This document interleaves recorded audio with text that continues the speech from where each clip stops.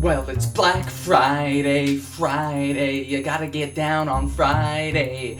I wanted some audio there from Rebecca Black, but you know what? I thought, copyright issues, I better go ahead and do the honor. Hopefully, you've had a fantastic Thanksgiving. Yesterday, it's Black Friday, but before you go get those deals, I will give you the scoop on everything local Las Vegas sports. Raiders football, this last game against the Chiefs, we'll recap that. UNLV basketball had their season started, and UNLV football looks to resume after a cancellation. All of that starts now. It's episode 18 of Heat and Low.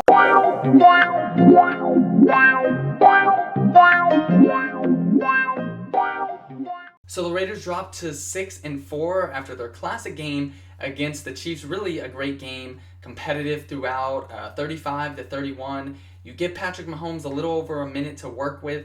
He's gonna most likely capitalize. That's what he did. Travis Kelce caught the touchdown with about 30 seconds left in the game, sealed the deal. But if you look at it, Derek Carr did not have a bad game, finished 23 of 31, 275 yards, 3 touchdowns, and he did have an interception. Those touchdowns were to Darren Waller and Nelson Aguilar, which seemed to be his 2 favorite receivers, and then Jason Witten had the go-ahead touchdown, the veteran, and I feel like that's like his first touchdown of the season. He's been relatively quiet, but you know, he did catch the go-ahead touchdown.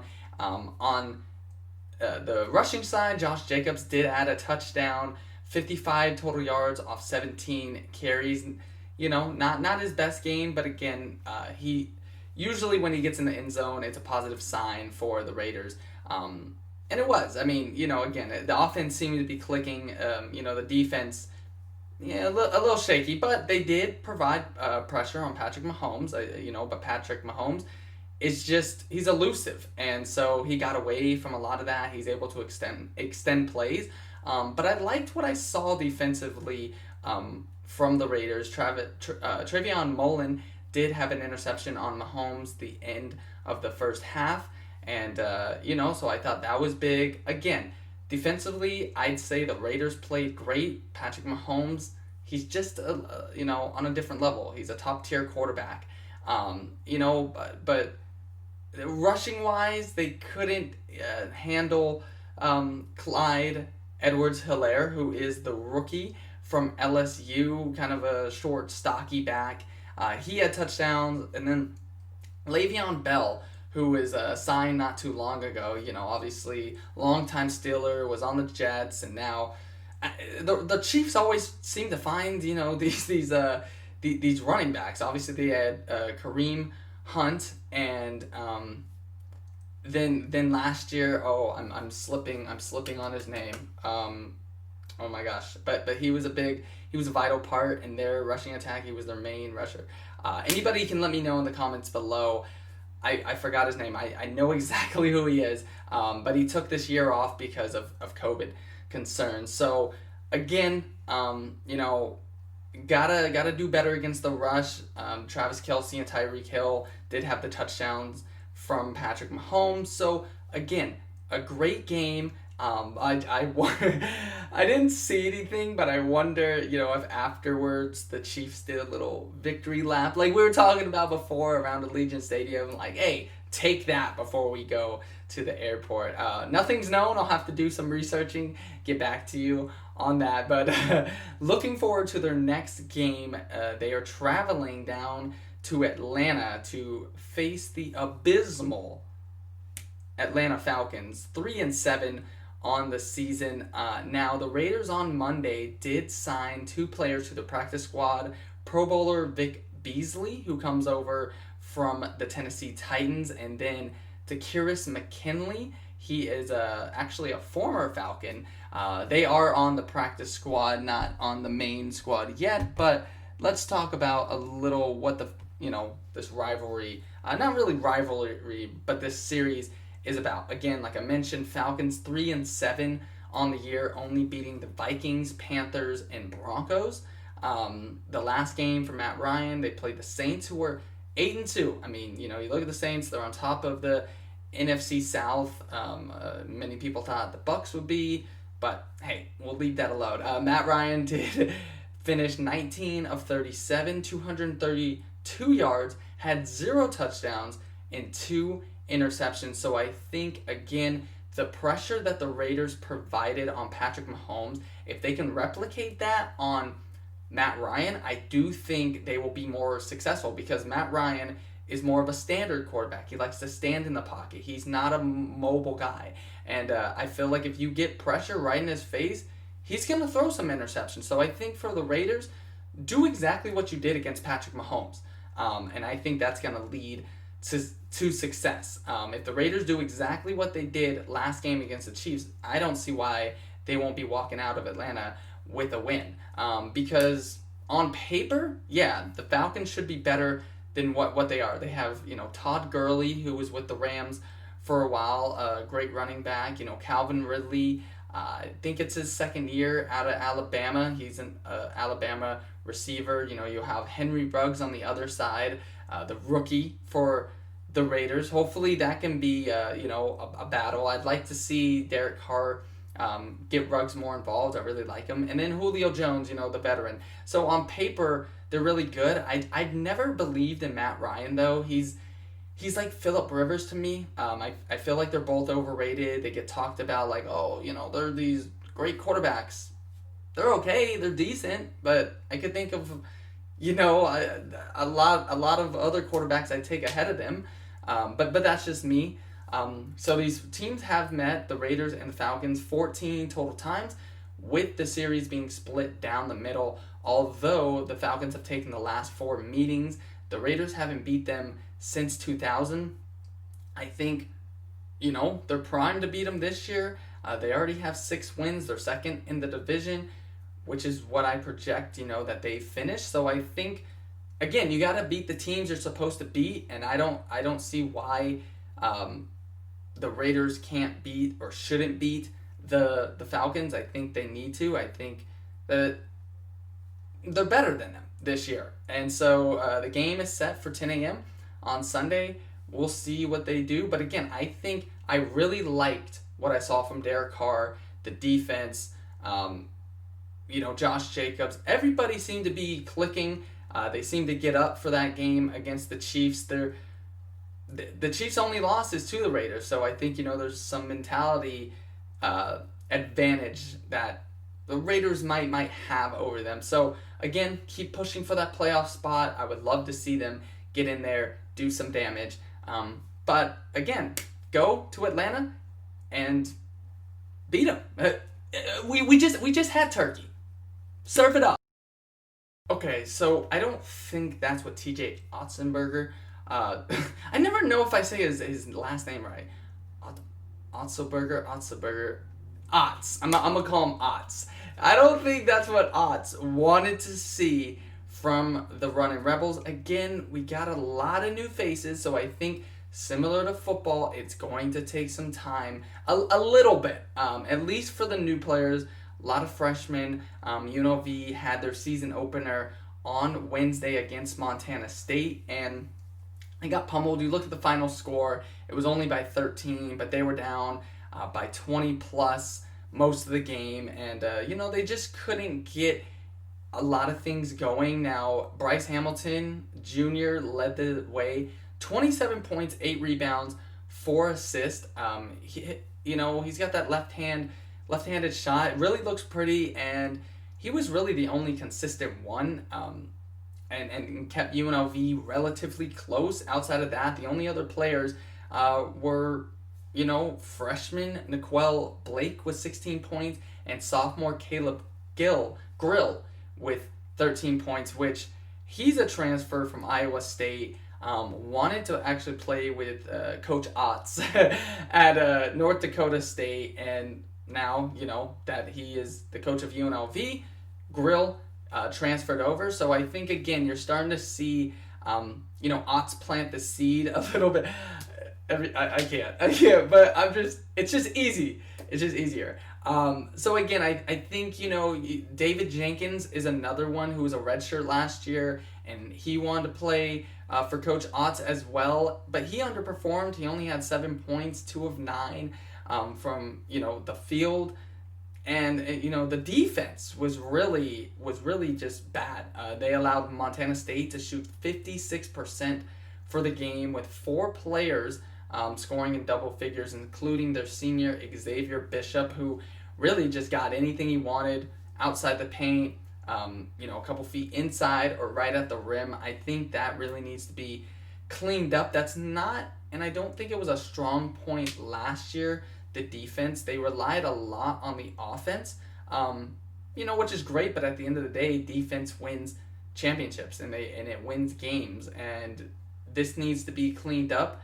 There's a lot of new faces, like I mentioned, a lot of freshmen, sophomores, which is good for building over time, because if this group is able to stay together, without transferring or, whatever, then we're going to be able to build something here. I like what I saw from Hamilton. Again, 27 points, but there has to be help. There has to be, defensive help. And it was every time the Rebels tried to make a run, Montana State just would stretch it back out, because you're playing catch up at that point. If you're down by so much, you're expending so much energy to get back into the game, and then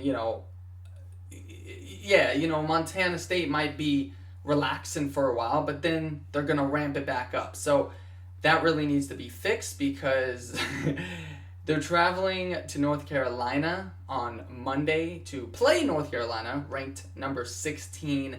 And then after that, they're going to have a game against Alabama or Stanford, and then finish it off with a game that's to be determined. So pretty tough matchups right off the gate. The standings so far, out of the teams that have already played, you have Fresno State, UNR, San Diego State, and Utah State, with Utah State being the only other team that lost on Wednesday to VCU.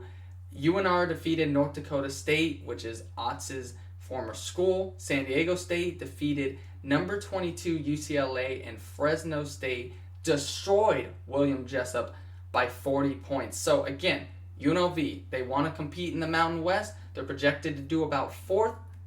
That's not going to do it at all.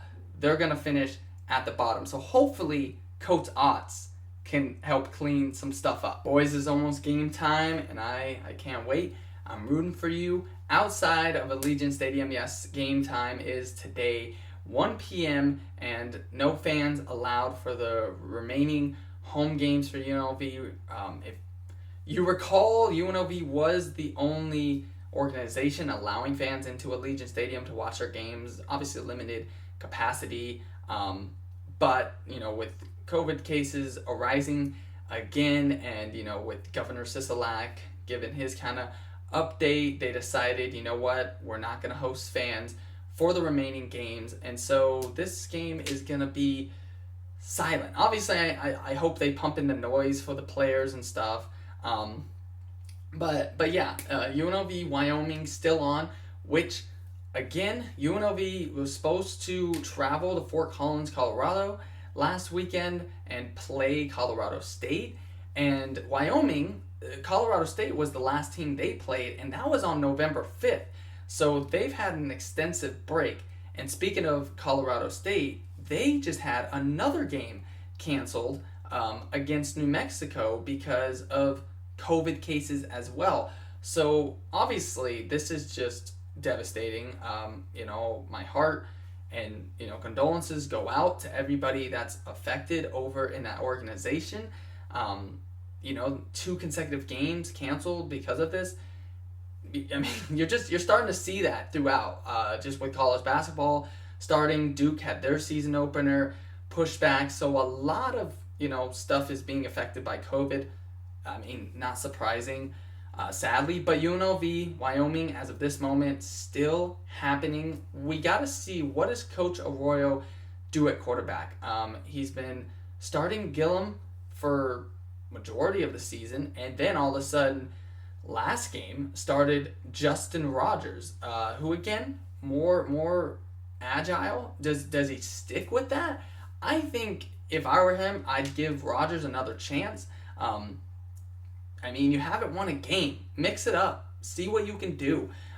Give him another shot. He didn't play bad And, I just think, again, the defense is what's going to have to get better. Now, for Wyoming, their last game against Colorado State, which was like, almost a month ago at this point, Levi Williams, their quarterback, 19 of 31, 321 yards, had 0 touchdowns, but had an interception. He did have a rushing touchdown, and there were 3 rushing touchdowns. One was by him, one was by Trey Smith, and the other was by Xavier Valade.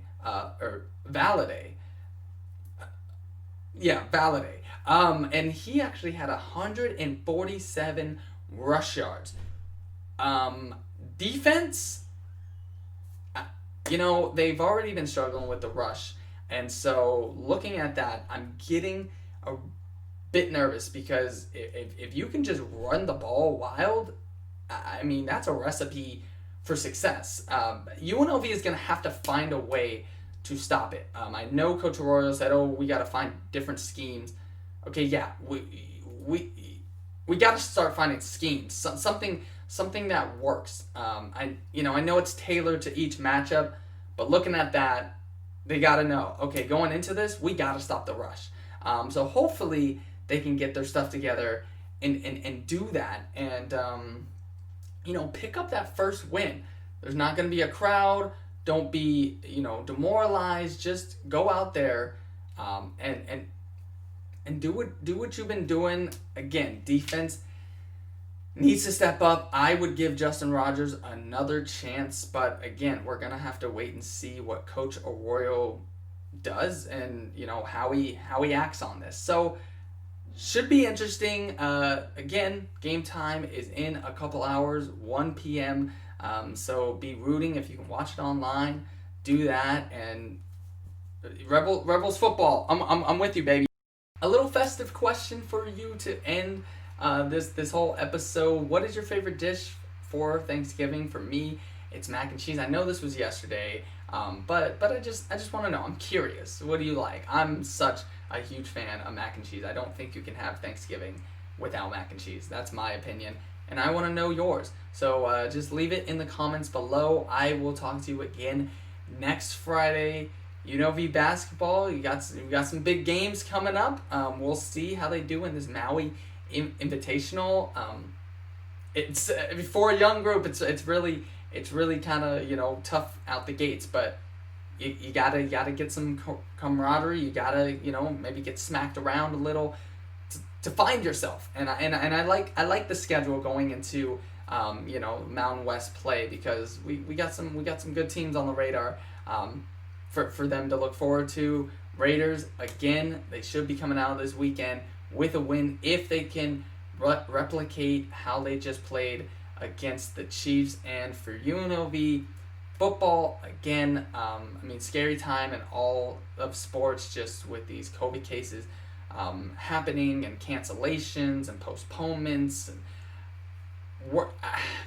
I want the season in every league to finish, but in some of them, it seems so hard. But we'll have to wait and see what happens. That's all from me, Heat and Low. Thank you so much for tuning in, rocking with me this Black Friday. Now go enjoy those deals. Shop till you drop.